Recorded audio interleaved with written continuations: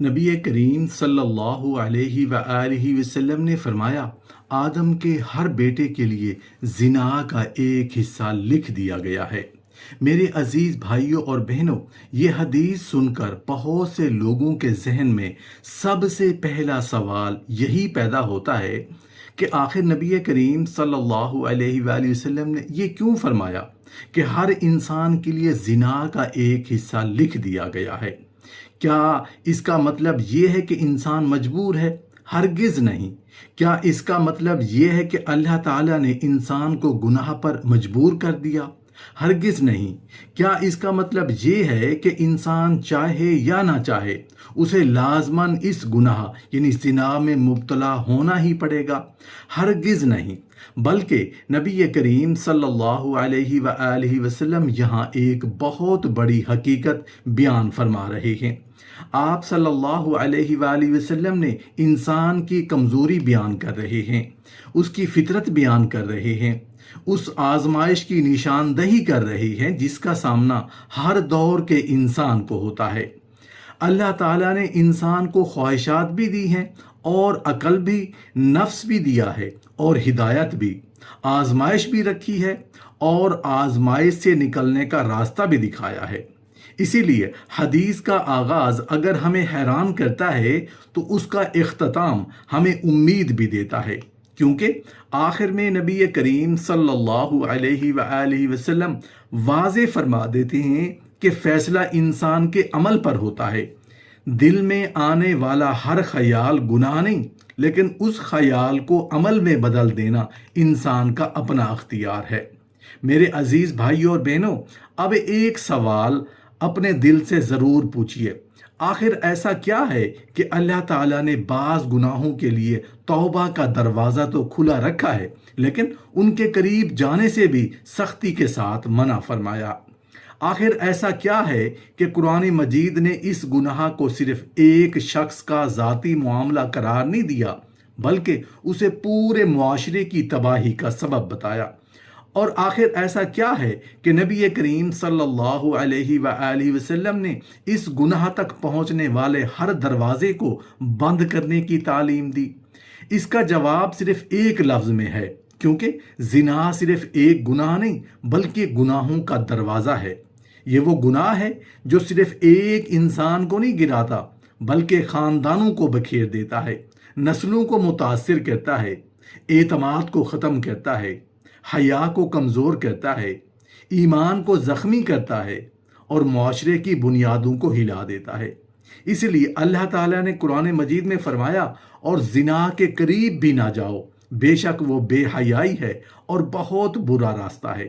غور کیجئے، اللہ تعالیٰ نے صرف یہ نہیں فرمایا کہ یہ برا عمل ہے بلکہ فرمایا بہت برا راستہ ہے۔ راستہ یعنی یہ صرف ایک عمل نہیں بلکہ ایک سفر ہے، ایسا سفر جس کا آغاز بہت معمولی لگتا ہے لیکن انجام انتہائی بھیانک ہوتا ہے۔ شیطان بھی یہی چاہتا ہے۔ وہ کبھی انسان سے نہیں کہتا کہ آج ہی سب کچھ چھوڑ دو، آج ہی اتنا بڑا گناہ کر لو، نہیں، وہ پہلے دل کو غافل کرتا ہے، پھر نگاہ کو آزاد کرتا ہے، پھر گفتگو کو معمول بنا دیتا ہے، پھر تنہائی کو آسان بنا دیتا ہے، پھر حرام تعلق کو محبت کا نام دے دیتا ہے، اور جب انسان کو احساس ہوتا ہے تب تک وہ بہت آگے جا چکا ہوتا ہے۔ اسی لیے نبی کریم صلی اللہ علیہ وآلہ وسلم نے اس پورے راستے کی نشاندہی فرمائی تاکہ انسان آخری گناہ تک پہنچنے سے پہلے ہی رک جائے۔ نبی کریم صلی اللہ علیہ وآلہ وسلم نے فرمایا، آدم کے ہر بیٹے کے لیے زنا کا ایک حصہ لکھ دیا گیا ہے جس سے وہ کسی نہ کسی درجے میں دو چار ہو سکتا ہے۔ آنکھوں کا زنا دیکھنا ہے، کانوں کا زنا سننا ہے، زبان کا زنا گفتگو کرنا ہے، اور ہاتھ کا زنا پکڑنا ہے، پاؤں کا زنا چل کر جانا ہے، دل خواہش کرتا ہے اور آرزو باندھتا ہے، پھر شرمگاہ اس کی تصدیق کرتی ہے یا اس کی تکذیب کرتی ہے۔ میرے عزیز بھائیوں اور بہنوں، یہ حدیث سن کر بہت سے لوگوں کے ذہن میں سب سے پہلا سوال یہی پیدا ہوتا ہے کہ آخر نبی کریم صلی اللہ علیہ وآلہ وسلم نے یہ کیوں فرمایا کہ ہر انسان کے لیے زنا کا ایک حصہ لکھ دیا گیا ہے؟ اب آئیے اس حدیث کے ایک ایک جملے کو سمجھتے ہیں۔ سب سے پہلے فرمایا آنکھوں کا زنا دیکھنا ہے۔ اس کا مطلب کیا ہے؟ کیا ہر نظر گناہ ہے؟ نہیں، اسلام نے انسان کو آنکھیں اس لیے نہیں دیں کہ وہ انہیں بند کر کے زندگی گزارے، لیکن اسلام یہ ضرور سکھاتا ہے کہ جب نگاہ کسی ایسی چیز پر پڑ جائے جو اللہ تعالیٰ نے حرام قرار دی ہے تو مومن کی پہلی ذمہ داری یہ ہے کہ وہ اپنی نگاہ جھکا لے۔ جان بوجھ کر بار بار دیکھنا، شہوت کے ساتھ دیکھنا، لذت حاصل کرنے کے لیے دیکھنا، اپنی نگاہ کو روکنے کی بجائے اسے آزاد چھوڑ دینا، یہی وہ چیز ہے جس سے نبی کریم صلی اللہ علیہ وآلہ وسلم نے خبردار فرمایا۔ اسی لیے قرآن مجید میں پہلے مردوں کو حکم دیا گیا کہ اپنی نگاہیں نیچی رکھیں، پھر عورتوں کو بھی یہی حکم دیا گیا۔ اس سے معلوم ہوا کہ ایمان کی حفاظت کا پہلا دروازہ نگاہ کی حفاظت ہے۔ پھر نبی کریم صلی اللہ علیہ وآلہ وسلم نے فرمایا کانوں کا زنا سننا ہے۔ یہ الفاظ بھی گہرے غور و فکر کا مطالبہ کرتے ہیں۔ انسان صرف وہی نہیں بنتا جو وہ دیکھتا ہے، بلکہ وہ بھی بنتا ہے جو وہ سنتا ہے۔ اگر کان ہر وقت فحش گفتگو، بے حیائی، شہوت انگیز باتیں یا ایسے الفاظ سنتے رہیں جو دل میں گناہ کی رغبت پیدا کریں تو آہستہ آہستہ دل بھی اسی رنگ میں رنگنے لگتا ہے۔ اسلام اسی لیے صرف زبان کی حفاظت کا حکم نہیں دیتا بلکہ کانوں کی حفاظت بھی سکھاتا ہے۔ پھر فرمایا زبان کا زنا گفتگو کرنا ہے۔ یہاں صرف فحش الفاظ مراد نہیں بلکہ ہر وہ گفتگو شامل ہے جو کسی محرم کے ساتھ شہوانی انداز میں کی جائے، جو دلوں میں فتنہ پیدا کرے یا جو گناہ کے دروازے کھول دے۔ آج کے دور میں یہ تعلیم پہلے سے کہیں زیادہ اہم ہو گئی ہے، کیونکہ پیغام رسانی، چیٹ، سوشل میڈیا اور دیگر ذرائع نے گفتگو کو بہت آسان بنا دیا ہے۔ اس لیے ایک مسلمان کو اپنی زبان ہی نہیں بلکہ اپنے ہر تحریری اور ڈیجیٹل اظہار کا بھی محاسبہ کرنا چاہیے۔ پھر فرمایا ہاتھ کا زنا پکڑنا ہے۔ اس سے مراد ہر وہ ناجائز لمس ہے جس کی شریعت اجازت نہیں دیتی۔ اسلام انسان کی عزت، حیا اور حدود کی حفاظت کرتا ہے، اسی لیے وہ ان تمام اعمال سے روکتا ہے جو بے حیائی کی طرف لے جائیں۔ اس کے بعد فرمایا پاؤں کا زنا چل کر جانا ہے۔ ذرا غور کیجئے، نبی کریم صلی اللہ علیہ وآلہ وسلم نے صرف منزل کی بات نہیں کی بلکہ سفر کی بھی بات کی ہے۔ اگر کوئی قدم انسان کو گناہ کے ماحول کی طرف لے جا رہا ہے، اگر وہ جان بوجھ کر ایسے مقامات کا رخ کر رہا ہے جہاں ایمان خطرے میں پڑ سکتا ہے تو اسے اپنے قدموں کا بھی حساب دینا ہوگا۔ پھر نبی کریم صلی اللہ علیہ وآلہ وسلم نے فرمایا دل خواہش کرتا ہے اور آرزو باندھتا ہے۔ یہاں ایک نہایت اہم فرق سمجھنا ضروری ہے۔ اسلام یہ نہیں کہتا کہ انسان کے دل میں کبھی کوئی وسوسہ یا خیال نہیں آئے گا۔ وسوسہ آ جانا، اس پر عمل کر لینا دو الگ چیزیں ہیں۔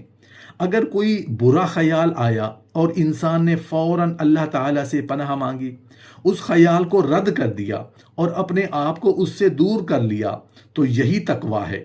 لیکن اگر انسان انہی خیالات کو دل میں جگہ دیتا رہے، انہیں پروان چڑھائے، ان سے لطف اندوز ہو اور پھر آہستہ آہستہ ان کی طرف قدم بڑھائے تو یہی وہ مرحلہ ہے جس سے حدیث خبردار کرتی ہے۔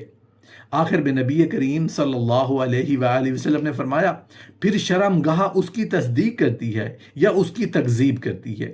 یہ حدیث کا سب سے اہم حصہ ہے۔ اس کا مطلب یہ ہے کہ پہلے جن اعضاء کا ذکر کیا گیا وہ سب مقدمات اور ابتدائی مراحل ہیں، لیکن ابھی بھی انسان کے پاس اختیار باقی ہے۔ وہ چاہے تو اللہ تعالیٰ کے خوف سے رک جائے، توبہ کر لے، نگاہ جھکا لے، راستہ بدل لے، گفتگو ختم کر دے اور اپنے رب کی طرف رجوع کر لے۔ اگر وہ ایسا کر لیتا ہے تو گویا اس نے اپنے نفس کی خواہش کو رد کر دیا، اور اگر وہ آخری حرام عمل تک پہنچ جاتا ہے تو پھر اس نے اس خواہش کو عملی صورت دے دی۔ اس لیے یہ حدیث مایوسی نہیں سکھاتی بلکہ امید سکھاتی ہے۔ یہ حدیث یہ نہیں کہتی کہ تم مجبور ہو، یہ حدیث کہتی ہے کہ آزمائش ضرور آئے گی لیکن اللہ تعالیٰ نے تمہیں اختیار بھی دیا ہے، ایمان بھی دیا ہے، تقویٰ کی بھی دیا ہے اور توبہ کا دروازہ بھی کھلا رکھا ہے۔ آج کے دور میں اس حدیث کی اہمیت پہلے سے کہیں زیادہ بڑھ گئی ہے۔ ہماری آنکھیں، ہمارے کان، ہماری زبان، ہمارے ہاتھ، ہمارے قدم، ہمارے دل ہر روز آزمائشوں سے گزرتے ہیں۔ اس لیے اس حدیث کا تقاضا یہ نہیں کہ ہم صرف ایک گناہ سے بچیں، بلکہ یہ ہے کہ ہم ان تمام راستوں سے بھی بچیں جو اس گناہ تک لے جاتے ہیں۔ میرے بھائیوں، زنا کا سب سے پہلا نقصان انسان کے دل پر ہوتا ہے۔ گناہ پہلے جسم کو نہیں، دل کو زخمی کرتا ہے۔ دل سے حیا کم ہونے لگتی ہے، عبادت میں لذت ختم ہونے لگتی ہے، قرآن سن کر پہلے جیسی کیفیت باقی نہیں رہتی، دعا میں آنسو خشک ہونے لگتی ہیں، اور انسان خود محسوس کرتا ہے کہ اللہ تعالیٰ سے اس کا تعلق پہلے جیسا نہیں رہا۔ یہی وجہ ہے کہ سلف صالحین فرمایا کرتے تھے کہ گناہ کا سب سے بڑا نقصان یہ نہیں کہ وہ ہو گیا، بلکہ یہ ہے کہ اس کے بعد دل کی حالت بدل جاتی ہے۔ پھر دوسرا نقصان اعتماد کا ٹوٹ جانا ہے۔ سوچئے کتنے گھر صرف اس ایک گناہ کی وجہ سے برباد ہوئے، کتنے بچے ماں باپ کی جدائی کا شکار ہوئے، کتنی عزتیں خاک میں مل گئیں، کتنی زندگیاں پچھتاوے میں گزر گئیں، اور کتنے لوگ ایک لمحے کی خواہش کے بدلے پوری زندگی کا سکون کھو بیٹھے۔ یہی وجہ ہے کہ اسلام صرف فرد کی اصلاح نہیں کرتا، بلکہ خاندان کی حفاظت بھی کرتا ہے۔ پھر تیسرا نقصان حیا کا ختم ہو جانا ہے۔ نبی کریم صلی اللہ علیہ وآلہ وسلم نے فرمایا، جب تم میں حیا نہ رہے تو پھر جو چاہو کرو۔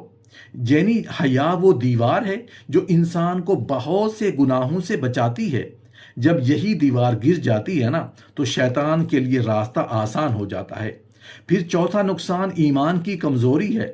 ایک حدیث میں نبی کریم صلی اللہ علیہ وآلہ وسلم نے فرمایا کہ جب بندہ زنا کرتا ہے تو اس وقت ایمان اس سے الگ ہو جاتا ہے، پھر جب وہ توبہ کرتا ہے تو ایمان دوبارہ اس کی طرف لوٹ آتا ہے۔ یہ حدیث اس بات کی طرف اشارہ کرتی ہے کہ اس گناہ کا اثر صرف جسم پر نہیں بلکہ ایمان کی کیفیت پر بھی پڑتا ہے۔ اب ذرا معراج کی اس صحیح حدیث کو یاد کیجئے جس میں نبی کریم صلی اللہ علیہ وآلہ وسلم کو مختلف گناہوں کے انجام دکھائے گئے۔ نبی کریم صلی اللہ علیہ وآلہ وسلم نے ایسے مردوں اور عورتوں کو دیکھا جو تنور کی مانند ایک گہرے گڑھے میں تھے۔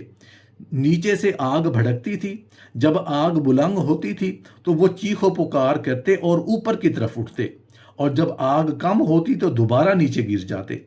نبی کریم صلی اللہ علیہ وآلہ وسلم نے پوچھا، یہ کون لوگ ہیں؟ جواب ملا، یہ زنا کرنے والے مرد اور عورتیں ہیں۔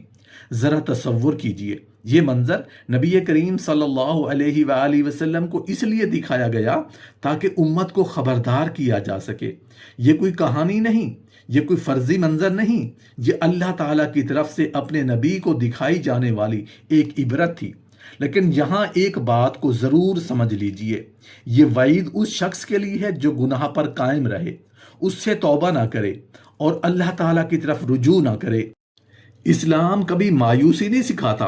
اگر کوئی انسان سچے دل سے توبہ کر لے، اپنے گناہ پر نادم ہو، آئندہ نہ کرنے کا پختہ ارادہ کرے اور اللہ تعالیٰ سے معافی مانگ لے تو اللہ تعالیٰ کی رحمت اس کے گناہوں سے کہیں زیادہ وسیع ہے۔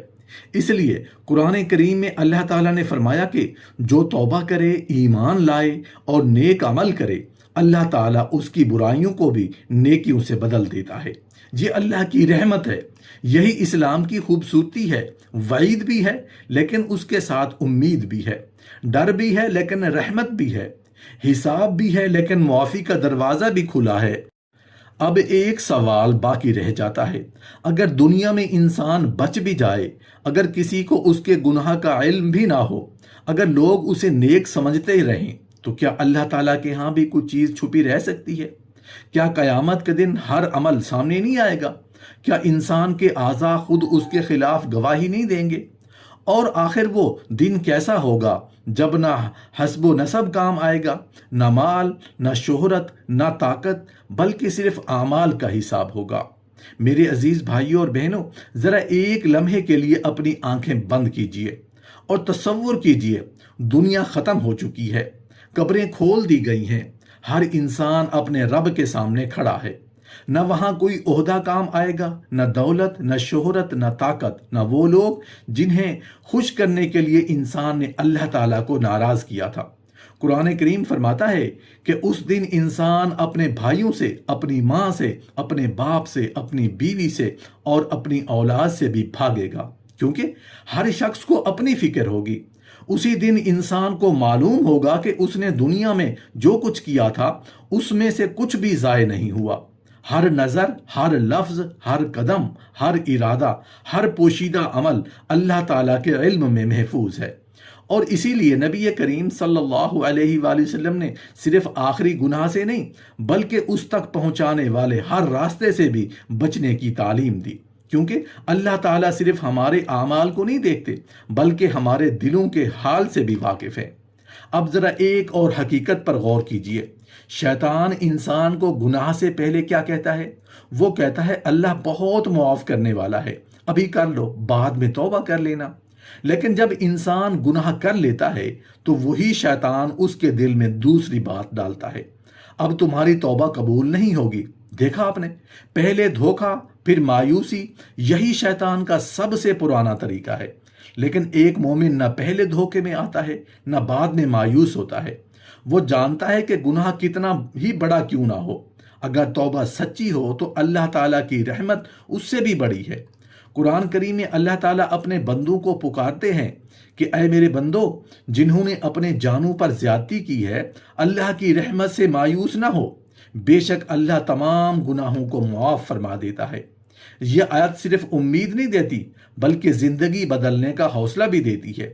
اگر کسی انسان سے ماضی میں کوئی گناہ سرزد ہو گیا، اگر اس سے کوئی لغزش ہو گئی اور اگر وہ اپنی خواہشات کے ہاتھوں کمزور پڑ گیا تو آج بھی دروازہ بند نہیں ہوا، آج بھی وہ اپنے رب کے سامنے جھک سکتا ہے، آج بھی وہ رو سکتا ہے، آج بھی وہ کہہ سکتا ہے اے اللہ مجھ سے غلطی ہو گئی، مجھے معاف فرما دے۔ اور جب بندہ سچے دل سے لوٹتا ہے نا تو اللہ تعالیٰ اسے رد نہیں کرتے۔ لیکن ایک سوال اور بھی ہے، آخر انسان اس آزمائش سے بچے کیسے؟ کیونکہ صرف یہ جان لینا کہ گناہ برا ہے کافی نہیں ہوتا، اس سے بچنے کے راستے بھی معلوم ہونے چاہیے۔